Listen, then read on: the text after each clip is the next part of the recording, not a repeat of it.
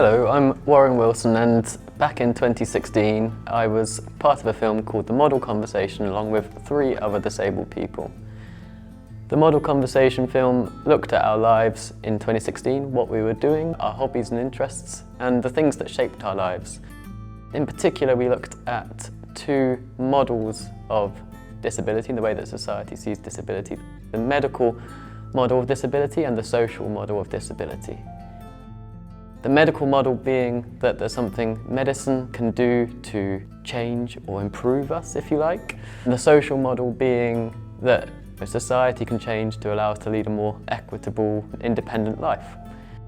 After 7 years, we decided to revisit the model conversation to see how public perceptions of disability has changed during that time, in particular thinking about the way conversation has developed around invisible disabilities.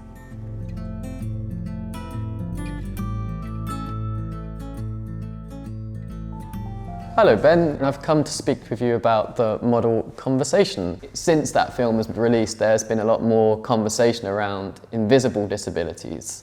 What are your thoughts on that in terms of people's awareness of invisible disabilities? And, tell me a little bit about yourself and your disability. Well, I have Asperger's syndrome, or as it was known as Asperger's syndrome. I think it's just known as being on the autistic spectrum now. But as you say, it is an invisible disability unless I get into high stressful, or if I'm excited, if I'm high emotions, which I struggle to hide, it becomes more obvious. I shout, I grasp my head, I get jittery, I get panicky, it might be a very small thing, but I might start claiming like it's the end of the world, end of the universe. But I think with an invisible one, it has its benefits and its negative impact. So for example, with benefits, it means that you're able to socialise a bit easier. People will talk to you more. You won't get those sort of how do I communicate with this person? That I'm sure you get with those which are more visible. But you also have the negative effect of people can't see it. People just, like when you're a child, people just think it's the child's having a temper tantrum when it could be something a lot more serious. How aware do you feel society is in general of people with autism and the sorts of things that would help autistic people live their lives? How accessible do you feel society is?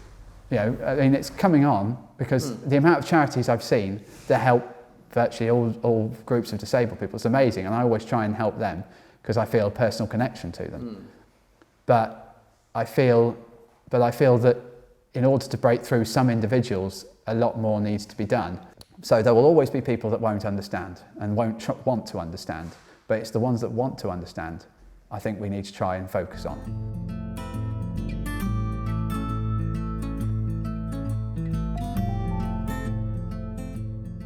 I'm Tia Colcom, and I think the best way to describe me is that I'm a bit of a nutter. I love life. That's the best way to describe me. I have a real love for life. I like to try new things. I like to help people. I just want to be happy. I've been ill since I was 15. I went on a school trip and just collapsed. And that was the start of my journey. I have Addison's disease is my biggest one, which is to do with cortisol. So I have to be injected 4 times a day. This can lead to me being unconscious. This can be having to be rushed to hospital, blue lighted. I've had to be resuscitated. Lots of dramatic things.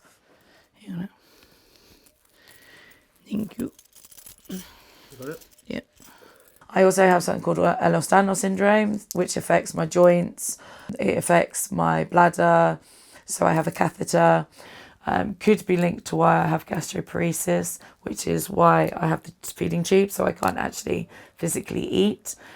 I have fibromyalgia, I have arthritis, I'm a celiac, I have lots of anaphylaxis reactions to things. I'm asthmatic, I have long COVID, is one of my most recent ones.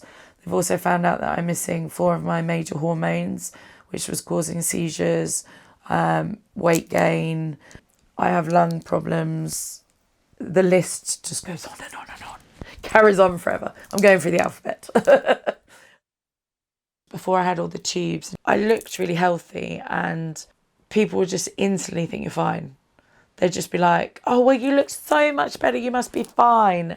And you're like, no. When my illnesses changed and became more visible, I hated the way that they reacted to it, because I already was in a wheelchair, I was already in a scooter, and lots of people felt very, very sorry for me, and I really didn't like it.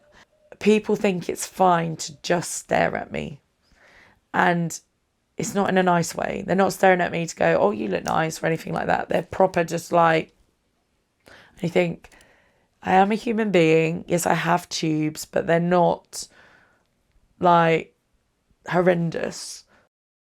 I think things that would help improve my situation and to help everybody would generally be empathy, generally. I think just instead of judging people and instead of trying to understand in a way, nobody can understand what someone's gone through unless they've gone through it themselves. And I think if more people thought about what they actually said before they said it, then that would make a difference. If we worked around the people that are different, as we say, whether that's you have disabilities, whether it could be anything, any differences, if we worked around it and made it a normal thing, and everyone would be kind to each other and everybody would be able to help each other and just accept that people are as they are and not question it, then it would be a much kinder world. After talking to Ben and Tia, it feels that people's awareness of disability has grown, but there's still some way to go for people with disabilities to be treated as equals. If we could replace ignorance and judgment with compassion and acceptance, then everyone would benefit from that. For as long as there is society, the conversation around disability will keep on moving.